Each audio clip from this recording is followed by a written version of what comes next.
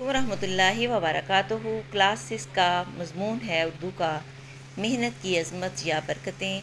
نامی کوئی چیز مشقت نہیں ہوا، سو بار جب عقیق کٹا تب نگیں ہوا۔ یہ ایک مسلمہ حقیقت ہے کہ اللہ تعالیٰ نے جب انسان کا مسکن زمین بنایا تو اس کی حالت قابل رحم تھی۔ سر چھپانے کے لیے جھونپڑی، تن ڈھانپنے کے لیے کپڑا، پیٹ بھرنے کے لیے روٹی اور پیاس بجھانے کے لیے پانی نہ تھا۔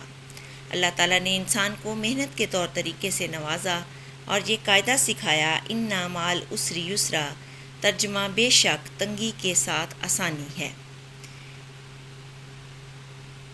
زندگی جہد مسلسل کا دوسرا نام ہے۔ تاریخ نے آج تک کوئی ایسی مثال پیش نہیں کی کہ کسی نے بغیر محنت اور مشقت کے دنیا میں نام پیدا کیا ہو۔ دنیا میں انہی افراد اور قوموں کو بلند مقام ملا جنہوں نے سخت محنت کی ہے۔ قرآن مجید میں ارشاد ربانی ہے، لیس للانسان الا ما سعی، ترجمہ انسان کے لیے صرف وہی کچھ ہے جس کے لیے وہ کوشش کرتا ہے۔ آج انسان مریخ سے بھی آگے کمندیں محنت کے بل بوتے ڈال رہا ہے۔ بقول شاعر، ہے قوت بازو میں تیرا راز سعادت، تو ڈھونڈتا پھرتا ہے اسے بالِ ہما میں۔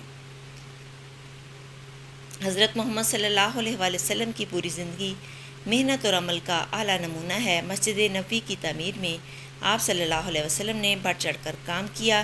مسلمان جب تک محنت اور جدوجہد کی راہ پر چلتے رہے تو کامیابیاں ان کے قدم چومتی رہیں۔ امت مسلمہ اگر اب بھی اپنا کھویا ہوا عروج دوبارہ حاصل کرنا چاہتے ہیں تو انہیں سخت محنت اور جدوجہد کو اپنا وتیرہ بنانا ہوگا۔ وتیرہ واو تو یہ ریگول ہے۔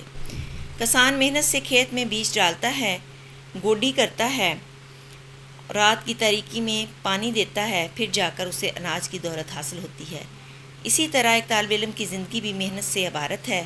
اگر وہ محنت اور شوق سے علم حاصل کرتا ہے تو بہت جلد بلند مقام حاصل کرے گا، ورنہ زمانے کی ٹھوکریں اس کا مقدر بن جائیں گی۔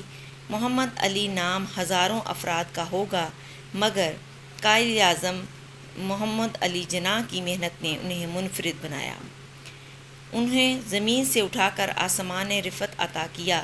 پاکستان کا وجود ان کی مسلسل جدوجہد اور محنت کا ہی نتیجہ ہے۔